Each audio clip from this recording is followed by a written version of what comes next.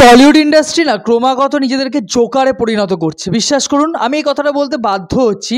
এই যে একটা জটিল মানে এই যে একটা জটিলতা তৈরি হয়েছে আমাদের টলিউড ইন্ডাস্ট্রির মধ্যে, একদিকে রাজনীতি, একদিকে পরিচালকরা কাজ করতে চাইছেন না, একদিকে ফেডারেশন নিজেদের মতো একটা মতামত রাখছেন, পরিচালকরা ফ্লোরে যাচ্ছেন না, টেকনিশিয়ানরা আসছেন না, চারিদিকে একটা জটিলতার পরিবেশ, সিরিয়ালে শ্যুট বন্ধ রয়েছে, সিনেমা সিরিজ সমস্ত কিছু নিয়ে একটা টালবাহানা চলছে।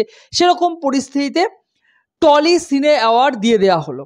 আচ্ছা, এই পুরস্কারটার এই মুহূর্তে কি কোনো দরকার রয়েছে?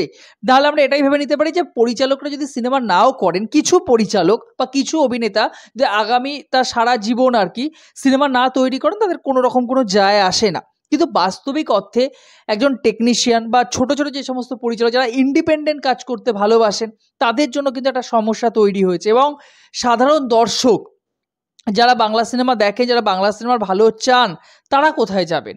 তাদের কথা না একটুও তো ভাবা হচ্ছে না। জোকারের মতো কয়েকটা পুরস্কার একই মুখকে বার করে প্রত্যেকটা অ্যাওয়ার্ডের নাম শুধু বদলে গিয়ে মঞ্চে উঠিয়ে দিয়ে দেওয়া হচ্ছে। এবং সবথেকে আশ্চর্য ব্যাপার, এই যে এত বড় বড় কথা বিশিষ্ট সব পরিচালকদের, বিশিষ্ট সব অভিনেতাদের, শিল্পীদের, তারা আবার সেই অ্যাওয়ার্ডটা নিতেও দৌড়চ্ছে।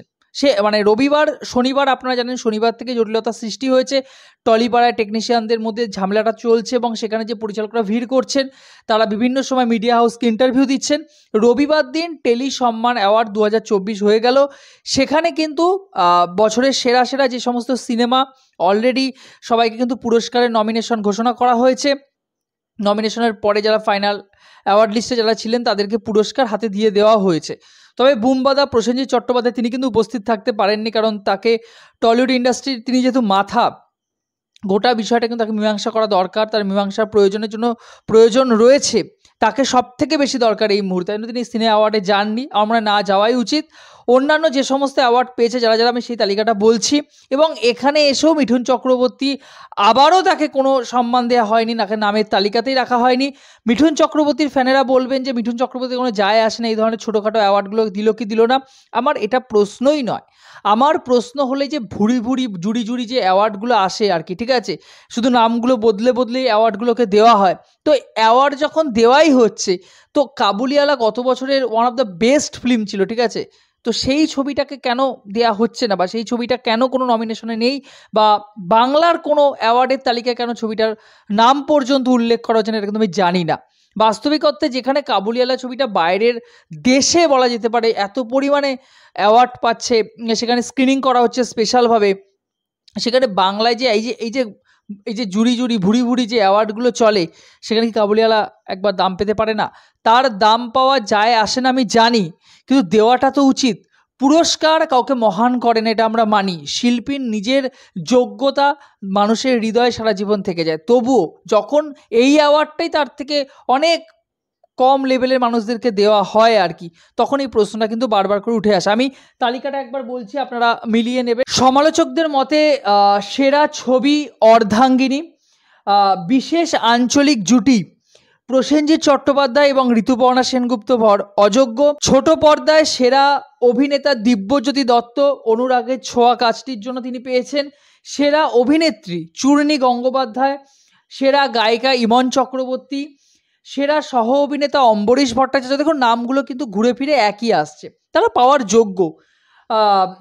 অন্যদিকে সেরা জুটি অঙ্কুশ হাজরা আর ঐন্দ্রিলা সেন।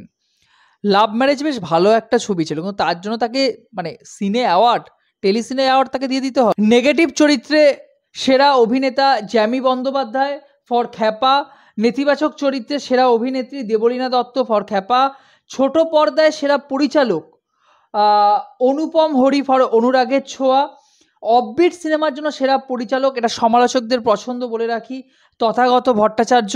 অন্যদিকে অফবিট সিনেমার জন্য সেরা অভিনেত্রী সমালোচকদের পছন্দ ঋতুপর্ণা সেনগুপ্ত।